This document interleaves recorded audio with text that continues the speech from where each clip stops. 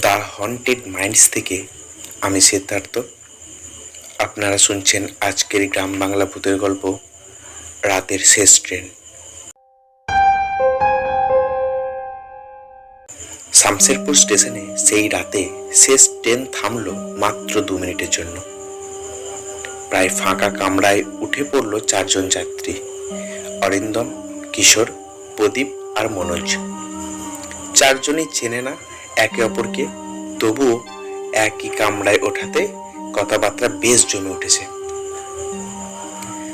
বাতাসে শীতের হালকা হাওয়া, বাইরে অন্ধকার, কেবল গাছের ছায়া আর দূরের ঝিঝি পোকার ডাক।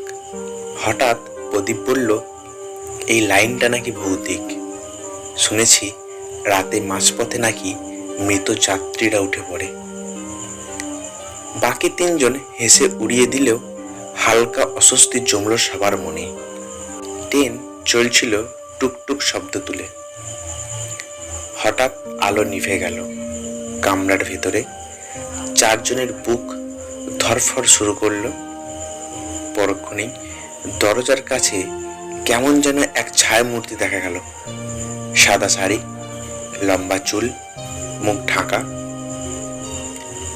কিশোর আতঙ্কে কেঁপে উঠল, কে কে তুমি? ছায়ামূর্তি গলা কেঁপে উঠল, আমি সেই যাত্রী যে এই ট্রেনে বাড়ি ফিরতে পারিনি, এখনো ফিরছি। সেই শব্দ শুনে হঠাৎ ব্রেক কষে থামল ট্রেন। আলো জ্বলে উঠতে দেখা গেল 4 জন ছাড়া সেই কামরায় আর কেউ নেই, কিন্তু মেঝেতে ভিজে কাদামাখা একজোড়া পদচিহ্ন, যা দরজা থেকে হেঁটে গিয়ে মিলিয়ে গেছে সিটের নিচেই। 4 জনই থরথর করে কেঁপে উঠল। শেষ ট্রেন আবার ধীরে ধীরে চলতে শুরু করলো, কিন্তু আর কেউ মুখ খুলল না। শুধু 4 জোড়া চোখের ভয়ের ছাপ আর মনের ভেতর একটাই প্রশ্ন, যাত্রীটা কি সত্যিই নেমে গেছে নাকি এখনো সাথেই আছে? 4 জন যাত্রী তখন একেবারে স্তব্ধ, কেউ কিছু বলতে চাইছে না। হঠাৎ ট্রেনের ভেতরে আবার আলো ঝিকমিক করে নিভে গেল।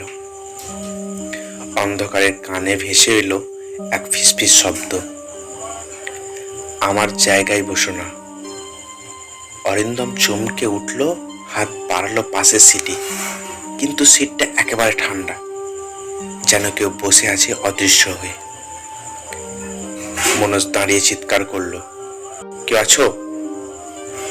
কোনো উত্তর নেই। শুধু দেখা গেল জানলার কাঁচের ভেতর থেকে ধোঁয়াটে আঙুলের দাগ। একটা নাম লেখা হচ্ছে ধীরে ধীরে, সুমিতা। প্রদীপ হঠাৎ মনে করতে পারল, কয়েক মাস আগেই এই ট্রেনেই এক কলেজ ছাত্রীর দুর্ঘটনায় মারা গিয়েছিল, তার নামও সুমিতা। কিশোর কাঁপতে কাঁপতে বলল, আমরা নেমে যাই পরের স্টেশনে।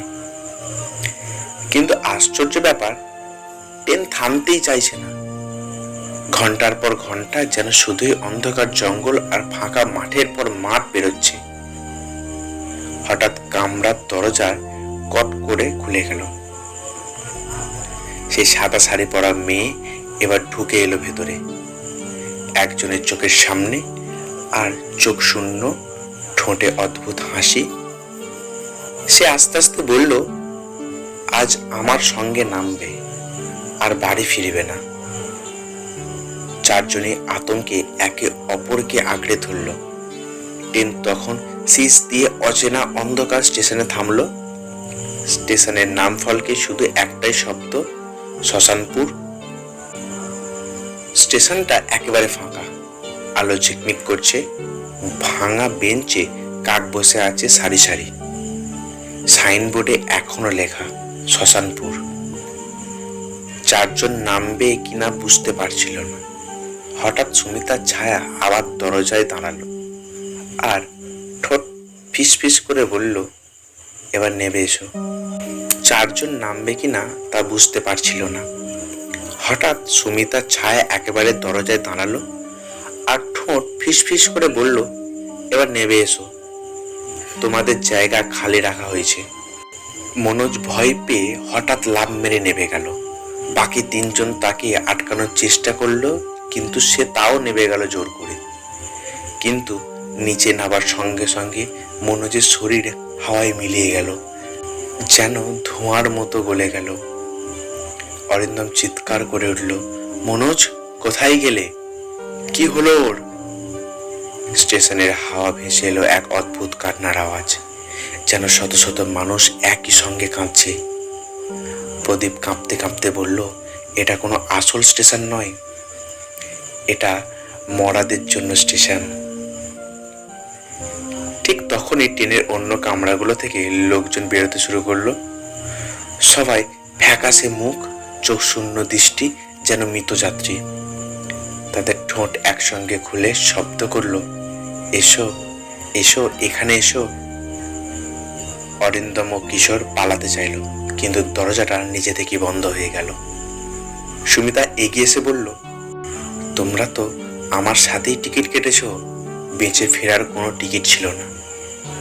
হঠাৎ চারপাশে অন্ধকারে ঢেকে গেল কামরা। ঠান্ডা শীতল হাওয়া হাড় কাঁপন ধরিয়ে দিল। তারপরেই স্টেশনের সব আলো নিভে গেল। যখন আলো ফের জ্বলে উঠল, তখন দেখা গেল কামরায় আর কোনো যাত্রী নেই, শুধু পড়ে আছে 4টে ব্যাগ আর সিটে কাদা মাখা 4 জোড়া পদচিহ্ন, যেগুলো ধীরে ধীরে মিলিয়ে যাচ্ছে শূন্যে। শেষ ট্রেন আবার বাঁশি বাজিয়ে চলতে শুরু করলো, যেন কিছুই ঘটেনি। গল্পটা কেমন লাগলো অবশ্যই কমেন্ট করবেন। গল্পটি ভালো লাগলে একটা লাইক করবেন। আরও এরকম নতুন নতুন ভূতের গল্প শুনতে চ্যানেলটিকে সাবস্ক্রাইব করবেন।